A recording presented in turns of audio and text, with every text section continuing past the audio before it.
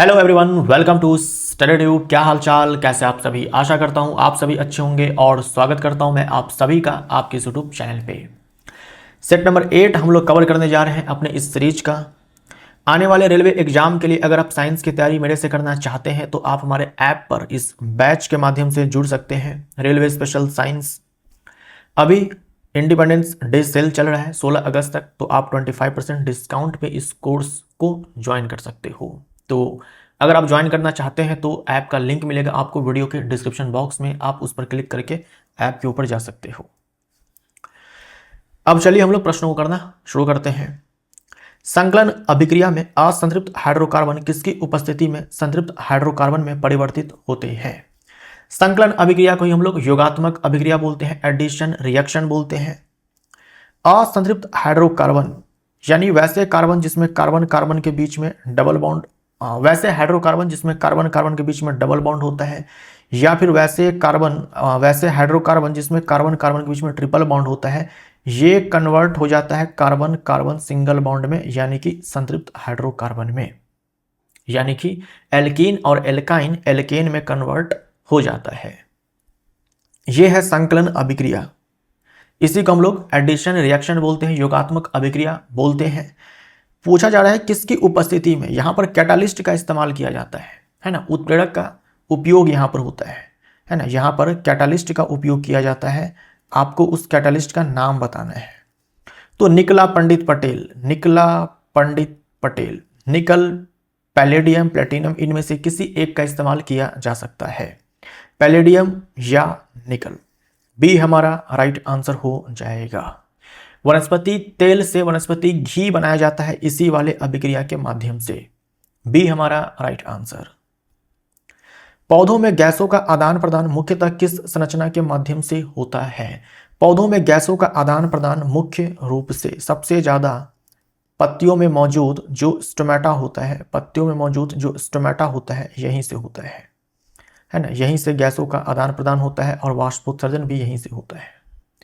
गैसों का आदान प्रदान मुख्य रूप से होता है विसरण के माध्यम से, यह भी आपको ध्यान में रखना है।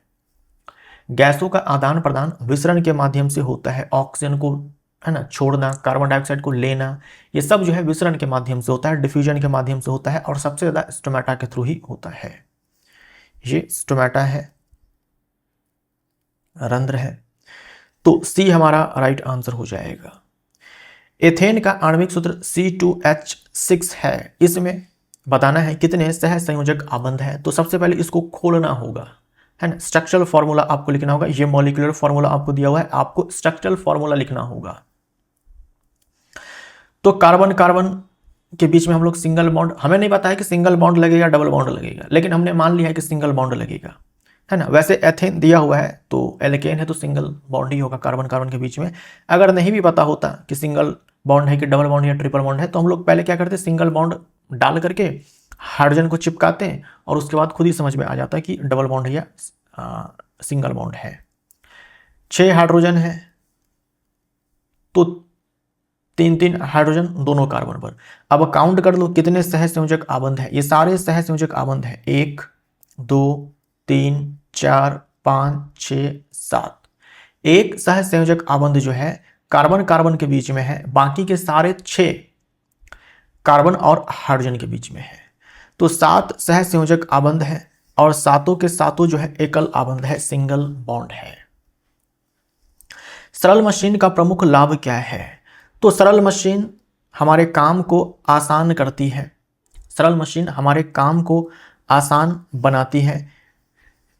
यह कार्य को समाप्त कर देती है। ऐसा नहीं है कि किसी टास्क को कंप्लीट करने के लिए जो कार्य चाहिए अब सरल मशीन का इस्तेमाल किया जाएगा तो कार्य करना ही नहीं पड़ेगा, ऐसा नहीं होता है। जितने टास्क को कंप्लीट करने के लिए जितनी ऊर्जा की आवश्यकता है उतनी ऊर्जा यूज होती है। जितना कार्य करना होगा वो कार्य किया जाता है।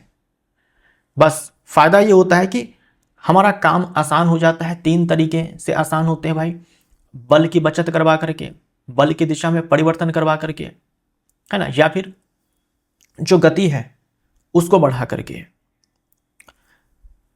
यह कार्य को आसान बनाती है, बिल्कुल सही। यह कार्य को समाप्त कर देती है, नहीं। यह कम दूरी में अधिक कार्य करती है, अधिक कार्य, कम कार्य, ये सब कुछ नहीं होगा। जितना कार्य चाहिए उतना ही किया जाएगा। यह ऊर्जा उत्पन्न करती है, ऐसा नहीं है, ना तो ऊर्जा उत्पन्न करती है, ना ही ऊर्जा का ह्रास होता है, कुछ नहीं। ऊर्जा जो है, यानी कि जो यांत्रिक ऊर्जा जो है, जो मैकेनिकल एनर्जी है, बोल सकते हो कि वो कंजर्व रहती है। ठीक, सी हमारा राइट आंसर हो जाएगा। साबुन के अणु का वह सिरा जो जल में घुलनशील होता है उसे क्या कहते हैं? साबुन का जो अणु होता है उसमें दो प्रकार की सिराएं होती हैं, है ना। ऐसे हम लोग बनाते हैं मॉलिक्यूल को। ये आयनिक पार्ट होता है ना, ये आयनिक पार्ट होता है, आयनिक भाग होता है। और इसी को हम लोग क्या बोलते हैं? हाइड्रोफिलिक हेड बोलते हैं। जलरागी सीरा, इसे पानी से प्रेम है, तो ये जल में घुलनशील होता है। बाकी की ये सारे जो पार्ट होते हैं ये हाइड्रोकार्बन वाले पार्ट होते हैं। ये क्या होते हैं? हाइड्रोकार्बन वाले पार्ट होते हैं, हाइड्रोकार्बन पार्ट। और ये होता है हाइड्रोफोबिक। हाइड्रो का मतलब पानी, फोबिया का मतलब जानते हो, डर लगना, पानी से भाई इनको डर लगता है। हाइड्रोफोबिक, हाइड्रोफोबिया मैंने लिख दिया, हाइड्रोफोबिक पार्ट। हाइड्रोफोबिक टेल बोल देते हैं, ये पूंछ है तो हम लोग इसे जल विरागी पूंछ बोल देते हैं। जलरागी सीरा, बी हमारा राइट आंसर हो जाएगा, है ना। कार्बन श्रृंखला सीरा, ये इसी को बोलते हैं हाइड्रोकार्बन पार्ट, इसी को हाइड्रोफोबिक टेल बोल देते हैं, है ना। जलरागी सीरा। दक्षिण हस्त अंगुष्ठ नियम को और किस नाम से जाना जाता है?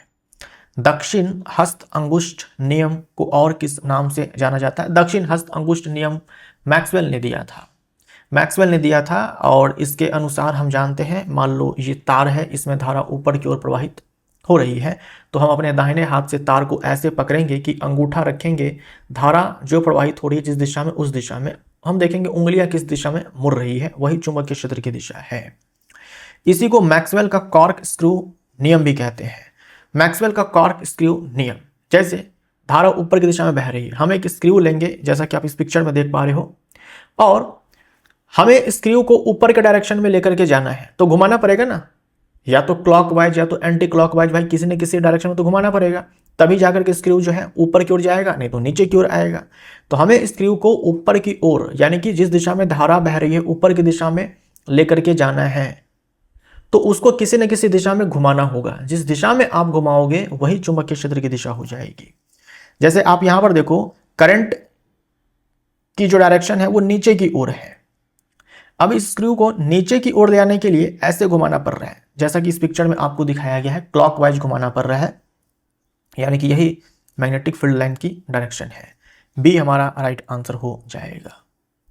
फ्लेमिंग का बायां हाथ नियम, इसका इस्तेमाल जो है चुंबकीय क्षेत्र में धारावाही चालक के ऊपर लगने वाले बल की दिशा बताने के लिए इस्तेमाल किया जाता है ना। फ्लेमिंग के दाएं हाथ का नियम अब आपको पढ़ना नहीं है। अल्कोहल को कार्बोक्सिलिक अम्ल में बदलने के लिए कौन से पदार्थ प्रयोग किए जाते हैं? अल्कोहल को कार्बोक्सिलिक एसिड में कन्वर्ट करना है, अल्कोहल को कार्बोक्सिलिक एसिड में कन्वर्ट करना है, यानी कि अल्कोहल ऑक्सीडाइज हो जाएगा कार्बोक्सिलिक अम्ल में। कौन से पदार्थ प्रयोग किए जाते हैं? दो पदार्थ प्रयोग किए जा सकते हैं, क्षारीय पोटेशियम परमैंगनेट या फिर अम्लीकृत पोटेशियम डाइक्रोमेट। यह है पोटेशियम परमैंगनेट, यह है पोटेशियम डाइक्रोमेट। ये दोनों के दोनों ऑक्सीकारक है, ये दोनों के दोनों क्या है? ऑक्सीडाइजिंग एजेंट है, ऑक्सीडाइजिंग एजेंट है, ऑक्सीडाइजिंग एजेंट है। तो या तो ये इस्तेमाल कर लो क्षारीय पोटेशियम परमैंगनेट, या फिर आप ये इस्तेमाल कर लो एसिडिफाइड पोटेशियम डाइक्रोमेट। तो अल्कोहल लेना है, उसमें क्षारीय पोटेशियम परमैंगनेट या फिर पोटेशियम डाइक्रोमेट मिला दो और हीट करो, यहां से बन जाएगा कार्बोक्सिलिक एसिड। तो यहां पर दो कार्बन वाला अल्कोहल है, तो यहां पर दो कार्बन वाला कार्बोक्सिलिक एसिड बन जाता है। ये एथेनॉल है और ये एथेनोइक एसिड है। तो क्षारीय पोटेशियम परमैंगनेट या अम्लीकृत पोटेशियम डाइक्रोमेट, बी हमारा राइट आंसर हो जाएगा। एग्जाम में खूब पूछा जाता है, ये ध्यान में रखिएगा। निम्नलिखित में से कौन सा असंतुलित बल का उदाहरण है?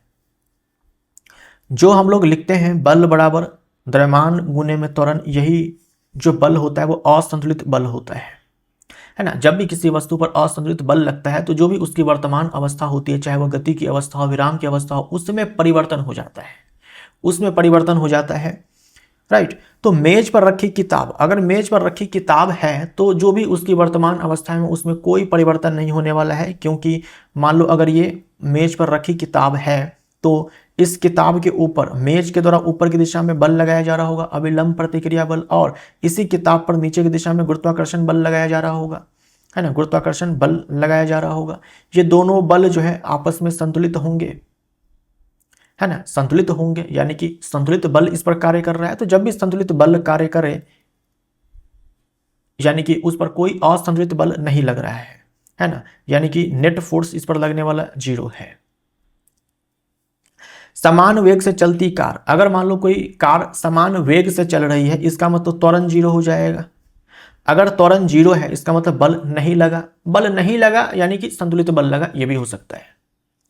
या तो हो सकता है कि कोई बल ही ना लग रहा हो, या हो सकता है कि बल लग रहा हो लेकिन वह संतुलित है। तो अगर मान लीजिए बल संतुलित है तो भी नेट फोर्स 0 ही आता है। जैसा कि इस केस में मान लीजिए किताब है, ऊपर की दिशा में 10 न्यूटन का बल लग रहा है और नीचे की दिशा में 10 न्यूटन का बल लग रहा है, तो परिमाण में बल बराबर है, दिशा में विपरीत है, ये दोनों बल एक दूसरे को कैंसल आउट कर देंगे, है ना। तो अगर आपसे पूछा जाता है क्या इस पर कोई बल लग रहा है, आप बोलेंगे नहीं लग रहा है, 0 है। दो बल तो लग रहे हैं लेकिन ये दोनों एक दूसरे को संतुलित कर दे रहे हैं।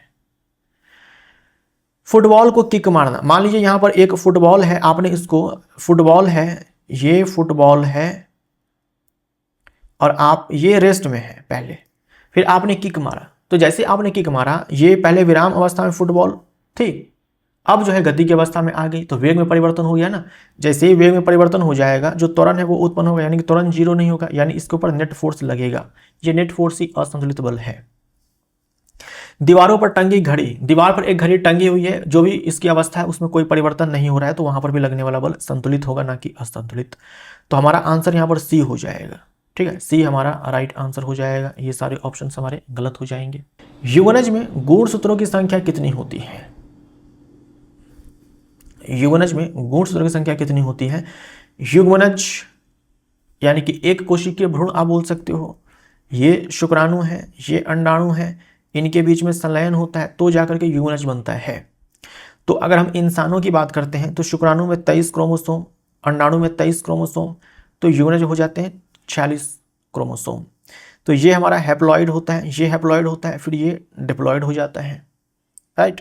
तो हम बोलेंगे द्विगुणित, ये हमारा युग्मनज है, राइट।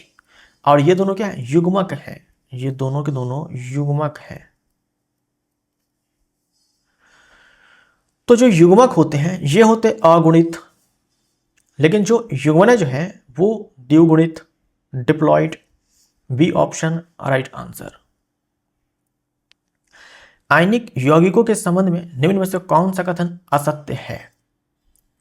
असत्य चुनना है। आयनिक यौगिकों के संबंध में निम्न में से कौन सा कथन असत्य है? आयनिक यौगिक, आयनिक यौगिक धातु अधातु के बीच में बनता है। आयनिक यौगिक धातु अधातु के बीच में बनता है, ये धातु है और ये अधातु है।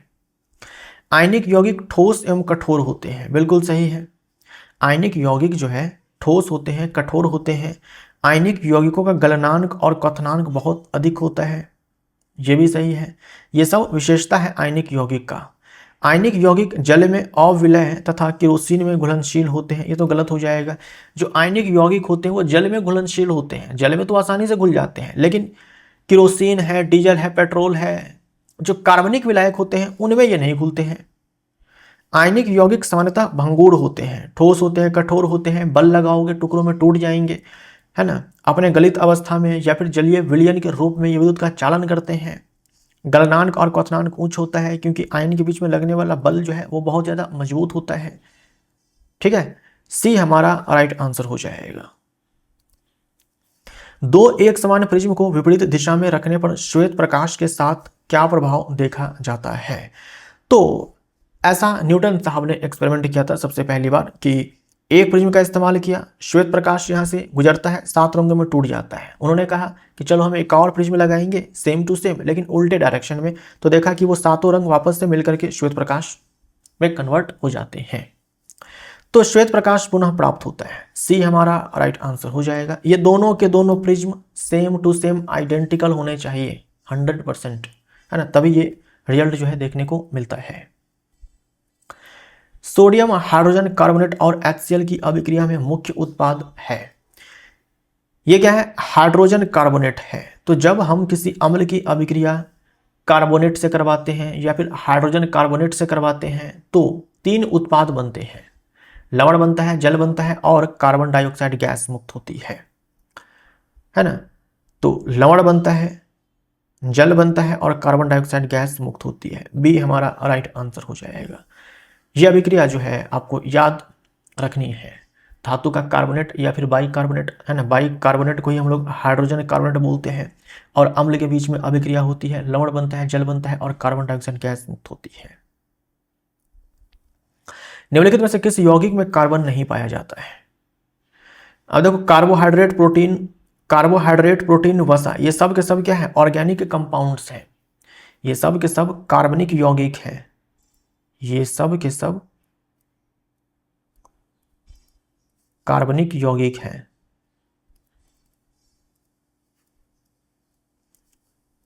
कार्बनिक यौगिक में तो कार्बन होंगे ही होंगे। सोडियम क्लोराइड अकार्बनिक यौगिक है। सोडियम हाइड्रोक्साइड, पोटेशियम हाइड्रोक्साइड और मैग्नीशियम हाइड्रोक्साइड जल में घुलने पर कौन सा आयन उत्पन्न करते हैं? सोडियम हाइड्रोक्साइड घुलेगा, सोडियम आयन और हाइड्रोक्साइड आयन मिलेगा। पोटेशियम हाइड्रोक्साइड घुलेगा, पोटेशियम आयन और हाइड्रोक्साइड आयन मिलेगा। मैग्नीशियम हाइड्रोक्साइड को घोलेंगे, मैग्नीशियम आयन और हाइड्रोक्साइड आयन मिलेगा। तो बोलेंगे OH-। C option right answer हो जाएगा। शुक्राणु और अंडाणु के संबंध में निम्नलिखित में से कौन सा कथन सही है? शुक्राणु और अंडाणु के बारे में कौन सा कथन सही है? शुक्राणु बड़ा और अंडाणु छोटा होता है, सही है? गलत हो जाएगा। शुक्राणु तो छोटा होता है, नग्न आंखों से आप इसको देख नहीं सकते हैं। अंडाणु को तो फिर भी नग्न आंखों से देखा जा सकता है, ये साइज में इतने बड़े होते हैं। दोनों में 46 गुणसूत्र होते हैं, गलत हो जाएगा। जस्ट हम लोगों ने देखा कि ये दोनों के दोनों जो है हैप्लॉइड होते हैं, यानी कि 23 क्रोमोसोम होते हैं, ये स्टेटमेंट गलत है। शुक्राणु गतिशील होता है जबकि अंडाणु सामान्यतः गतिशील नहीं होता है, ये बिल्कुल सही है। शुक्राणु के पास भाई पूंछ है, पूंछ, ये पूंछ इसीलिए है ताकि आसानी से ये गति कर सके, जबकि अंडाणु साइज में बड़े होते हैं क्योंकि इनमें खाद्य पदार्थ स्टोर होते हैं, ये स्टेटमेंट सही है। दोनों का निर्माण केवल पुरुष शरीर में होता है, शुक्राणु का निर्माण पुरुष के शरीर में होता है, अंडाणु का निर्माण महिला के शरीर में होता है। सी हमारा राइट आंसर हो जाएगा। आयोडीन का टिंचर पुतिरोधी गुण रखता है, यानी कि एंटीसेप्टिक प्रॉपर्टी रखता है। यह विलयन निम्नलिखित में से किसको घोलने पर बनता है? आयोडीन का टिंचर ऑफ आयोडीन, एल्कोहल में आयोडीन, है ना, जो एल्कोहल है, एल्कोहल कौन सा एल्कोहल होगा? Ethanol, ethanol plus iodine.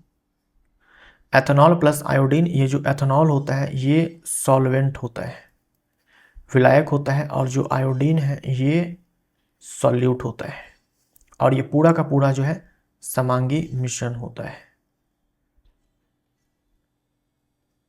है ना, समांगी मिश्रण होता है। स्थिर घिरनी का आदर्श यांत्रिक लाभ कितना होता है?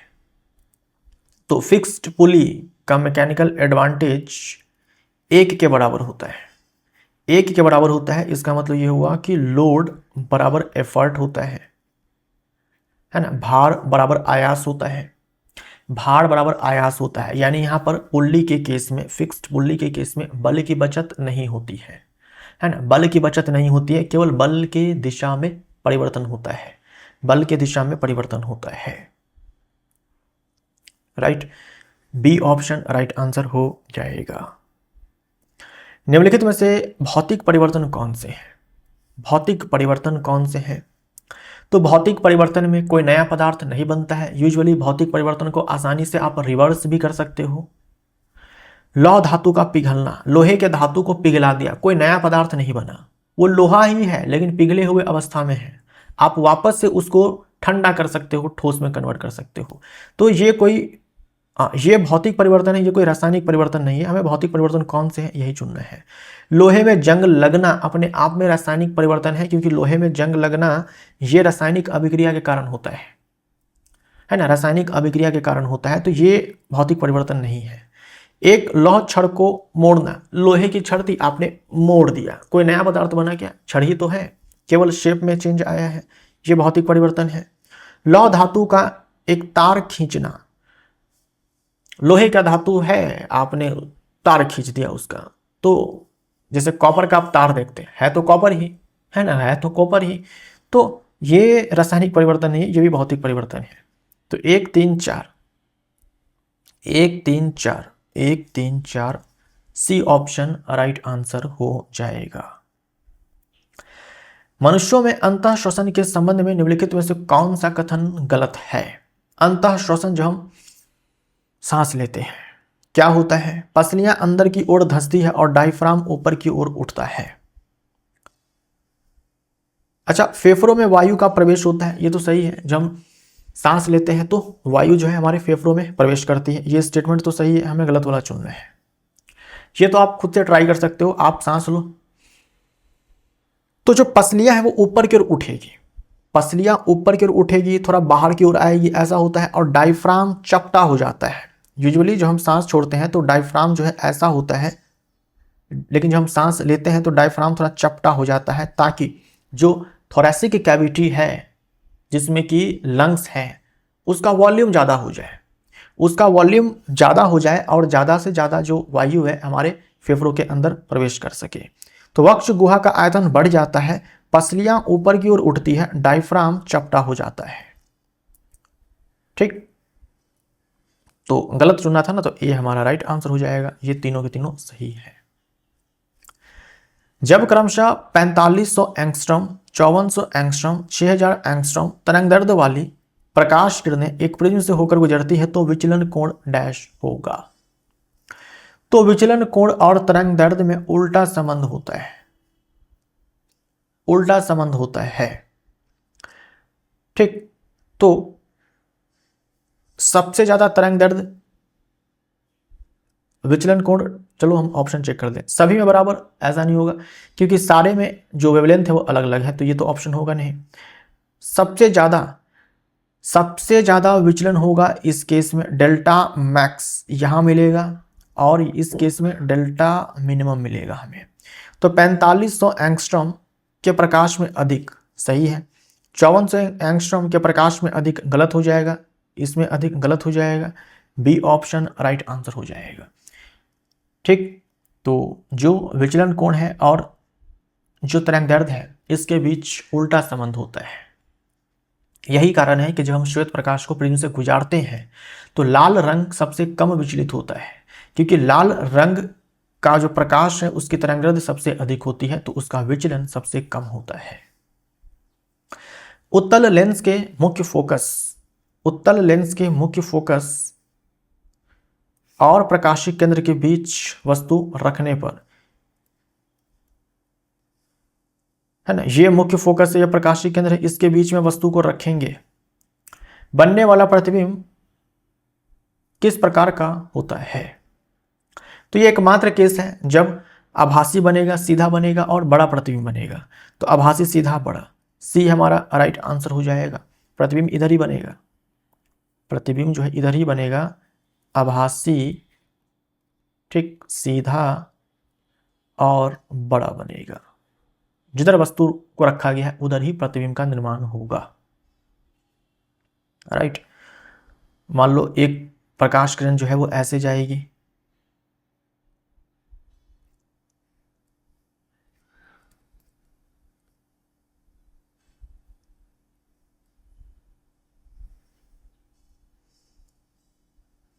और एक प्रकाश किरण जो है हम लोग यहां से गुजार देते हैं प्रकाशिक केंद्र से, इसको हम पीछे खींचेंगे, ये इधर कभी नहीं काटने वाली है, इसको पीछे खींचेंगे तो पीछे जाकर के जो है प्रकाश किरण जो है काट देती है। आभासी रूप से काटेगी तो आभासी प्रतिबिंब बनता है, सीधा बनता है, बड़ा बनता है। ठीक। किसी विद्युत परिपथ में 5 ओम का प्रतिरोध 20 वोल्ट के विभवांतर 5 ओम का प्रतिरोध तथा 20 वोल्ट का विभवांतर है।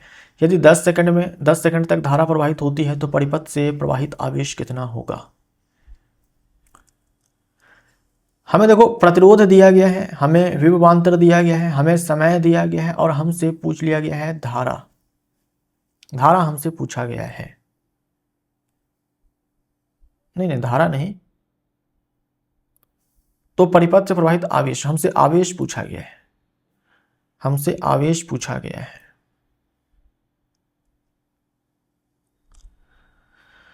तो Q बराबर I इंटू में T होता है, फॉर्मूला Q बराबर I इंटू में T है ना। I होता है Q बाई T, धारा बराबर आवेश में प्रवाह की दर।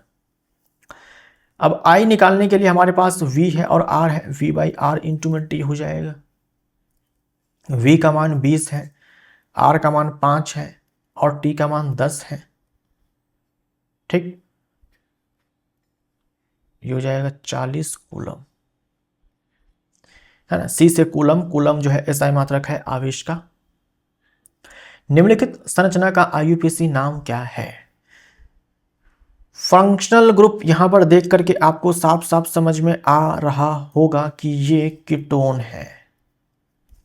कीटोन फैमिली का जो मेंबर होता है उसके नाम के अंत में आपको ओन दिखता है ना, ऑन दिखता है, ओन ओन।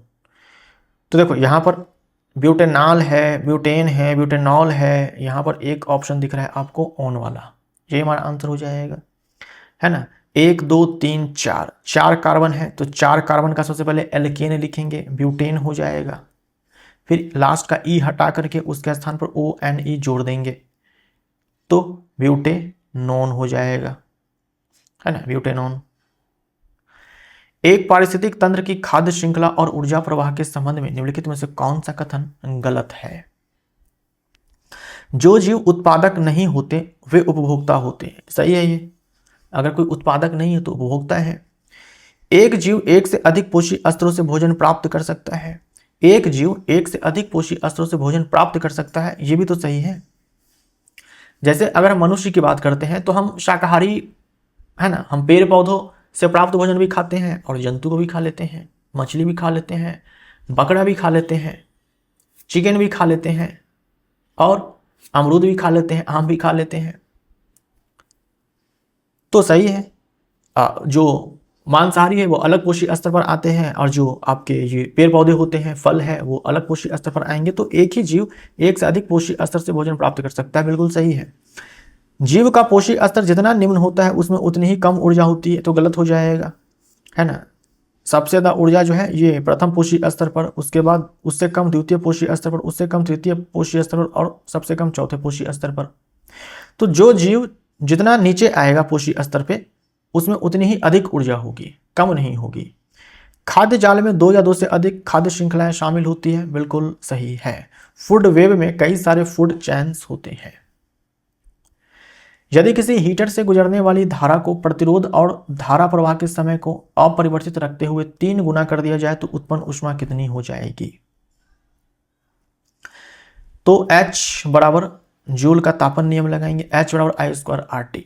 कहा जा रहा है गुजरने वाली धारा को प्रतिरोध और धारा के प्रवाह के समय को अपरिवर्तित रखते हुए 3 गुना कर दिया जाए। कि यदि किसी हीटर से गुजरने वाली धारा को, अच्छा धारा को बदला जा रहा है प्रतिरोध और धारा प्रवाह के समय को अपरिवर्तित रखते हुए, यानी इन दोनों को चेंज नहीं किया जा रहा है, केवल धारा को बदला जा रहा है। तो धारा के साथ ये संबंध है, ऊष्मा जो उत्सर्जित हो रही है समानुपाती है धारा के वर्ग का। अब अगर इस I को 3 गुना कर दिया जाए तो इसका स्क्वायर करेंगे तो 9 हो जाएगा, यानी कि 9 गुनी। D option right answer. किसी तरंग की आवृत्ति 50 हर्ट्ज है, इस तरंग का आवर्तकाल कितना होगा। तो आवर्तकाल और आवृत्ति में तो उल्टा संबंध होता है, बस इसको उलट दो, 1/50 हो जाएगा ठीक, 1/50 हो जाएगा, तो ये आ जाएगा 0.02 second. A option right answer हो जाएगा।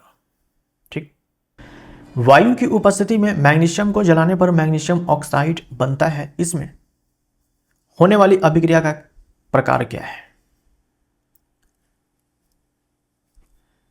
तो मैग्नीशियम को वायु में जलाया जाता है, यानी कि मैग्नीशियम और वायु के ऑक्सीजन के बीच में आपको अभिक्रिया लिखनी है, तो यहां पर मैग्नीशियम ऑक्साइड बनता है। बैलेंस कर देते हैं, ये हो गया। इसमें होने वाली अभिक्रिया का प्रकार क्या है? तो एक तो हम इसको बोल सकते हैं कि ये संयोजन अभिक्रिया है ना, संयोजन अभिक्रिया है। संयोजन अभिक्रिया बोल रहे हैं क्योंकि एक उत्पाद बन रहा है। साथ में देखो मैग्नीशियम के साथ ऑक्सीजन आकर के जुड़ा है, तो ये अपने आप में ऑक्सीकरण अभिक्रिया भी है।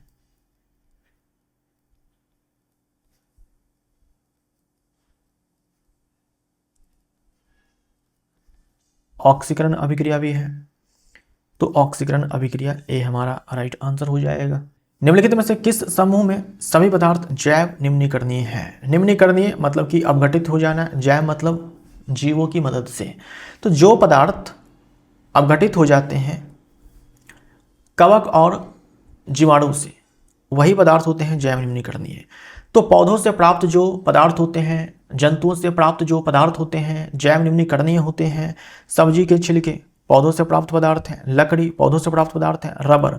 अब देखो रबर जो है जैव निम्नीकरणीय भी हो सकता है, अजैव निम्नीकरणीय भी हो सकता है। डिपेंड करता है कि जो रबर है वो प्राकृतिक है या फिर संश्लेषित है, सिंथेटिक है।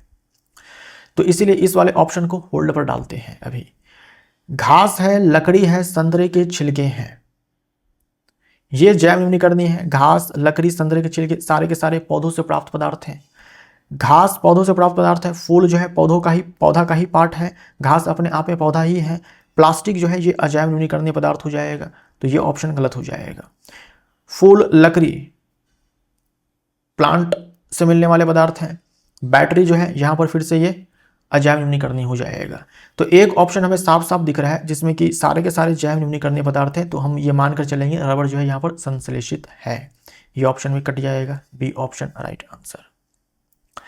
मानव शरीर में थायरॉक्सिन हार्मोन के निर्माण के लिए कौन सा तत्व आवश्यक है? थायरॉक्सिन हार्मोन को हम T4 हार्मोन भी कहते हैं, और थायरॉक्सिन हार्मोन को बनने के लिए आयोडीन चाहिए होता है ना, आयोडीन चाहिए होता है, क्योंकि थायरॉक्सिन हार्मोन बनाने का काम थायराइड ग्लैंड करती है, और वो प्रॉपर फंक्शन तभी करती है जब हमारे शरीर में जितनी मात्रा में आयोडीन चाहिए वो उपलब्ध हो।